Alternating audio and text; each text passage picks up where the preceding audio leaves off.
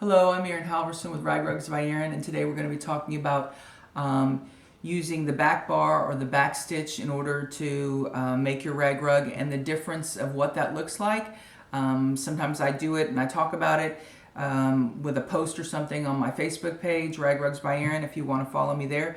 And people then will ask a question and then I've got to send an email and try to describe it. So I thought, well, I should probably be showing how to do that, other than there's a video that shows it where I make this circle rug, but this will just show that actual stitch, which you can use with any of your rag rugs, and you can even do it for part of it, for part of your rug, and then go back to your conventional stitch, which also will give a different look. So let's look right away at what the difference is and how that looks on your rug before we get started on showing you how to do it.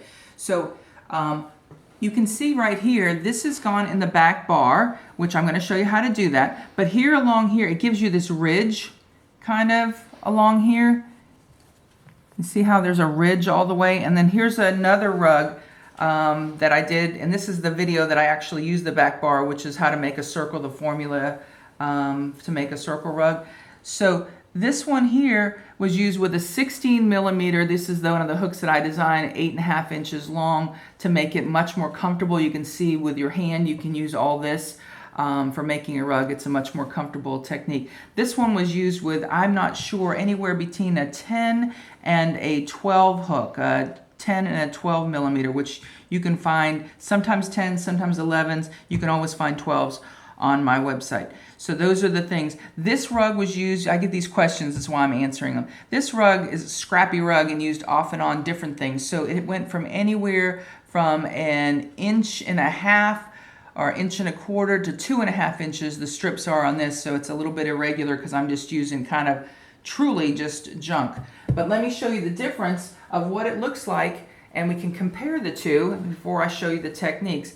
This part here is just like a conventional rag rug, where you go in to each one of these holes is where you place your stitches. And then as you come around the corner, you may place 2 stitches, which I show you how to add stitches in one of my other videos. I have over 100 videos on my channel and on my website, which are all free. And so you put 2 stitches, and that's the hole that you use. Here's another one real close. This is one I use over and over again in teaching. And I finish it each time, so you can see a close-up of this. See, you're going in to these holes. These individual holes is the holes that you're actually using when you're doing most conventional crocheting rag rug stitches. So now let me show you on this rug that I'm working on, that I'm getting ready to complete, and I'm going to give it as a gift to someone who expressed that they like this kind of a rug, so we're going to go ahead and give them that. But anyways, if I was going in doing that other stitch, the regular stitch, I would go right in here, okay? Right in there. But what we're actually going to be doing is going in the back bar or the back stitch. We're only going to grab it from here. See, there's 2 together, and that's what we would conventionally use. And this is going to be the back bar, because it's the back, or the back stitch. And we still just do a single crochet. We're going to go into it, grab it, cross over, and pull them both off. Okay, see, if I was doing conventional stitch, I would go here, which is in between, and on this one we're just going in the back stitch, which is right there. So you go in, cross over, and pull them both off.